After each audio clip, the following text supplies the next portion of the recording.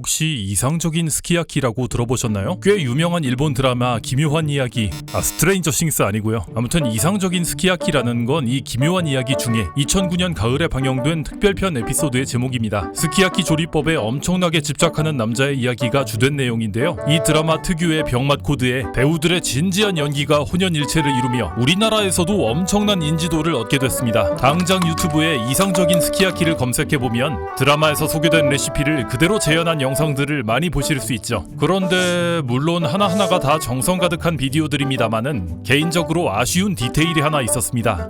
바로 두부. 대부분의 유튜버분들이 두부는 시판 두는 걸 쓰셨더라고요. 저는 어릴 적 시골에서 자라다 보니 갓 나온 두부를 먹어볼 기회가 꽤 있었는데요. 방금 나온 두부를 드셔보신 분이라면 아실 겁니다. 두부는 만들고 나서 최대한 빨리 먹을수록 맛있다. 따라서 단순하게 드라마 재현을 넘어 뭔가 업그레이드를 추가한다면 무조건 두부부터 만들어야겠다는 생각이 들더라고요. 말은 이렇게 했지만 저도 두부를 직접 만들어 본 적은 없기 때문에 나름 신중하게 정보를 수집하고 제작에 들어갔습니다. 먼저 간수를 만들어야 됩니다. 교도관 형님들 아니고요. 바닷물에 들어있는 성분인데 일반적인 천일염에도 포함되어 있거든요. 요리왕 비룡에 보면 탄력이 엄청난 면을 만들어 특급 주사 시험에 통과하는 장면이 나오는데요. 이때 이용한 게 바로 간수입니다. 만드는 방법은 아주 간단하지만 시간이 좀 걸려요. 충분한 양의 천일염에 물을 자작하게 붓고 24시간 정도 방치하면 끝입니다. 24시간이 지났습니다. 완성된 간수를 따로 담아내보니 그냥 소금물 같은데 제대로 만들어졌나 어떤가는 써봐야지 알 수 있겠네요.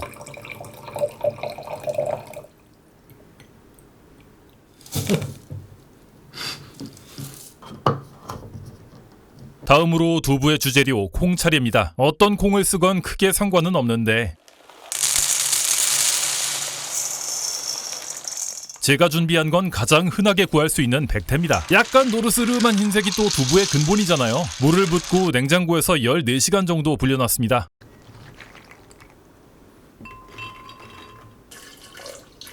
잘 불려진 콩은 물과 함께 믹서에 갈아주고요.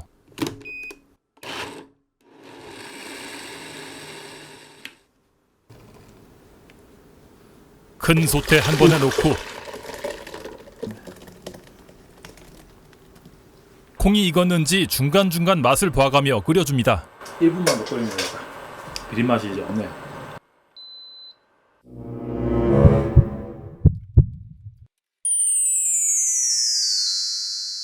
콩 특유의 비린내가 사라진 걸 확인하고 나면 배보자기에 넣어 최대한 꽉 짜줍니다.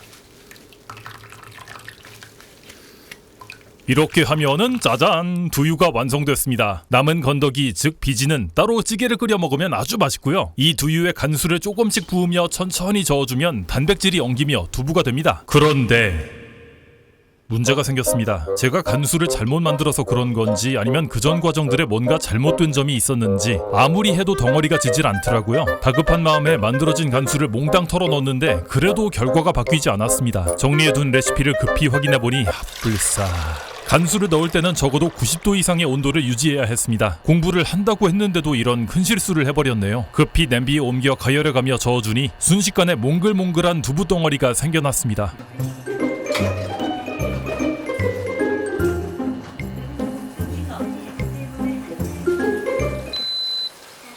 지금 봐도 이때 도대체 뭐 하느라 자리를 비웠는지 모르겠네요. 아무튼 두부가 잘 응고된 것까지는 좋은데 이대로는 엄청난 염도 때문에 먹을 수가 없겠죠. 배보자기에 얹어 소금물을 빼내고 그래도 부족하겠다 싶어 한 번 더 물기를 짜냈습니다. 그래도 부족하겠다 싶어 찬물로 한 번 헹구었고요. 그런데 이쯤 되니 모양을 잡기도 전에 이 상태로 굳어진 느낌이 나더라고요. 설마 이 모습 그대로 조각두부가 되는 건 아니겠지? 하고 불안해졌습니다. 그래도 기도하는 마음으로 한번 틀에 담아보겠습니다. 저는 가정식 느낌을 물씬 살려주는 우유팩을 활용했습니다. 소금물이 좀 더 빠질 수 있게 바닥에 구멍을 만들어 놨고요. 모양이 이쁘게 나오진 않겠지만 최소한 한 덩어리로 뭉쳐지면 좋겠네요.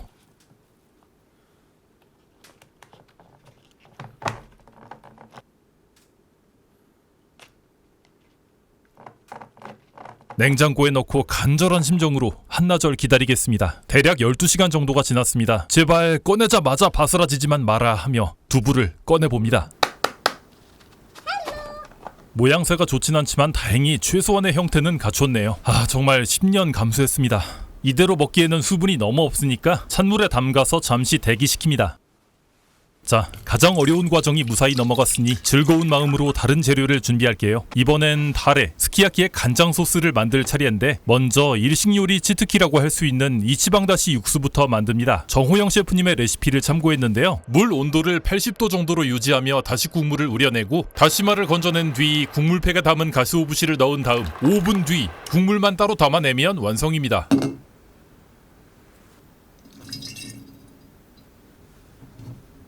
이제 미림과 청주를 끓여줄 시간입니다. 잠시 끓여서 알코올을 적당히 날려주고 오, 취하겠다.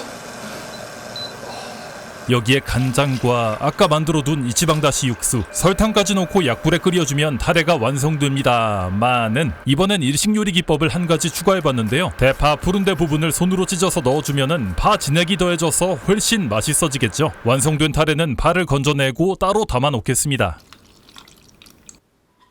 자, 그럼 여기서 질문. 푸른데 부분을 쓰고 남은 흰데 부분은 어떻게 한다? 당연히 스키야키에 넣어야죠. 이것이 전문 용어로 도랑치고 가재잡기. 흰데 부분은 물에 씻으면서 껍질을 한 겹 벗겨놨고요. 크기는 딱히 정석이랄 게 없으니 제 취향대로 썰어봤습니다.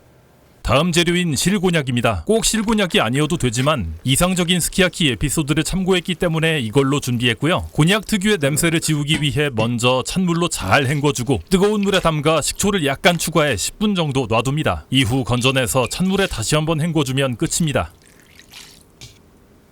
자, 이제 거의 다 왔습니다. 쑥갓은 대충 먹기 좋은 크기로 3등분 정도 해놨고요. 팽이버섯은 밑둥만 잘라냈습니다. 표고버섯은 먼지를 털어내고 기둥 부분을 제거한 뒤 칼집을 내줍니다. 안 내도 상관없지만 또 이게 스키야키의 감성 포인트 아닐까요? 이런저런 레시피를 보며 알게 된 모양들을 총동원해봤습니다. 마지막으로 두부를 썰어보겠습니다. 혹시 물에서 건져내는 순간 조각조각 바스라지지 않을까 엄청 걱정을 했는데 다행히 잘 덩어리져 있더라고요. 너무 모양새가 안 좋다 싶은 부분은 따로 잘라내 입으로 직행하고 괜찮다 싶은 부분만 남겨 먹기 좋은 크기로 손질했습니다. 이제 드디어 모든 준비가 끝났습니다. 나머지는 눈도 즐겁고 입도 즐거운 조리 과정뿐이죠. 과연 카즈키 군이 드라마에서 그리도 강조한 신의 시간이 어떤 맛을 낼지 직접 만든 두부와 함께 그 끝을 향해 달려보겠습니다.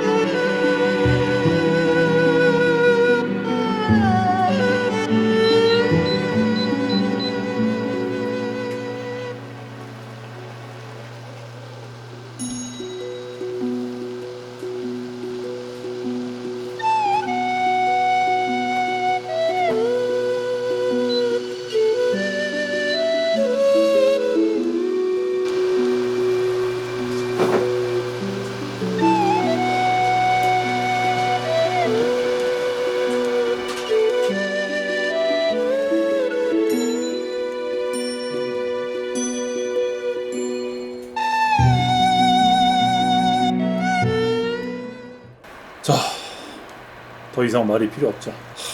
떨리네요. 자, 근본입니다. 노른자. 영상에서는 9바퀴 반을 줘라고 했었는데 제가 볼 때 그거는 무리고 한 90바퀴는 줘야 될 것 같은데. 잘 섞어줄게요. 노른자만 먹어도 좋은데 이렇게 흰자로도 먹나봐요. 저도 처음 먹어봐요. 먹어볼게요. 우선 고기만 한번 맛을 보겠습니다.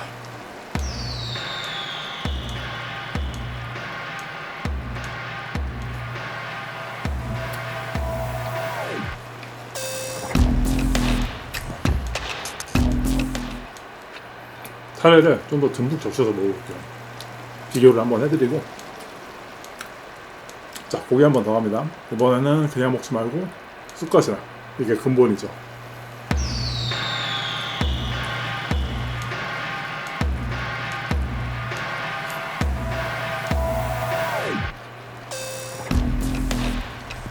와, 와, 와, 미쳤다. 진짜 개 미쳤다. 와, 아 장난이 아닌데 진짜. 와, 야, 물론 재료 하나하나가 다 맛있었지만 이날 최고의 포인트는 역시 쑥갓. 이것만큼은 스키야키를 먹을 때 무조건 넣어야겠다 싶더라고요. 일단은요, 타레가 사기다. 타레가 너무 맛있어요. 그래서 고 팽이버섯, 또 근본이죠. 팽이버섯, 두부. 제가 나름 공을 엄청 들였는데, 자, 두부, 그리고 대파. 자, 이렇게 해서 한번 먹어보겠습니다. 소스는 곤약만 노른자에 찍어가지고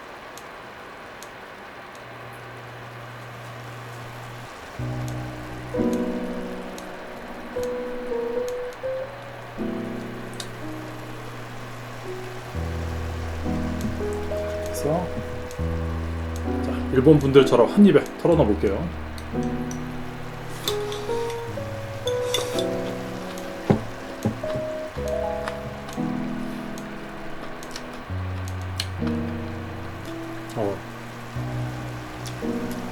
너무 맛있네요. 진짜 맛있다. 대파가 향이 사기네. 제일 처음 드는 생각은 타레가 진짜, 와, 말도 안 되는 감칠맛이에요. 여기에 그거 들어갔잖아요. 가스오다시 육수가 들어갔잖아요. 그래가지고 그냥 간장 맛이라고 생각하면은 진짜 완전히 차원이 다른 맛을 만나실 거예요. 이 레시피를 쓴다면은. 이 가스오다시에 들어있는 그 감칠맛이 간장 본연의 그 가지고 있는 이 향하고 어우러지고, 여기에 그 미림과 청주 특유의 그 약간 그 술향 있잖아요. 그거랑 만나면서 여기에 동시에 가열까지 되고, 쑥갓, 효고, 그리고 대파는 심지어 불에 지졌죠. 불에 지진 대파의 향까지 곁들여진다? 이거는 맛이 없으면은 말이 안 된다, 이렇게 평가를 드리겠습니다. 내가 지금 말하고 있을 시간이 없어요. 빨리 먹어봐야겠어요. 장난 아니다. 두부. 오늘 이게 두부가 제대로 나올지가 정말 걱정을 많이 했는데 잘 나와서 너무 기쁘네요. 그리고 직접 만든 두부 역시 빼놓을 수 없겠죠. 과정이 힘들었고 거의 실패할 뻔했지만 결과적으로 퀄리티가 괜찮게 나와서 만족스러웠습니다. 또 구운 대파며 버섯류가 주는 특유의 향이 달달한 타레와 어우러져 맛있다는 느낌을 넘어 행복하다는 감정까지 느낄 수 있었죠. 레시피 자체를 평가하자면은 재료가 꽤 단순한 편이지만 전체적인 조화가 굉장히 좋은 멋진 구성이더라고요. 몇 가지 조합 예시를 들어드리긴 했지만 솔직히 어떤 식으로 먹든 간에 입안 가득히 감칠맛이 폭발하며 이 순간만큼은 일본 여행을 갈 필요가 없겠다는 생각이 들었습니다. 비빔밥이죠, 비빔밥. 스키야키 비빔밥 한번 먹어보겠습니다.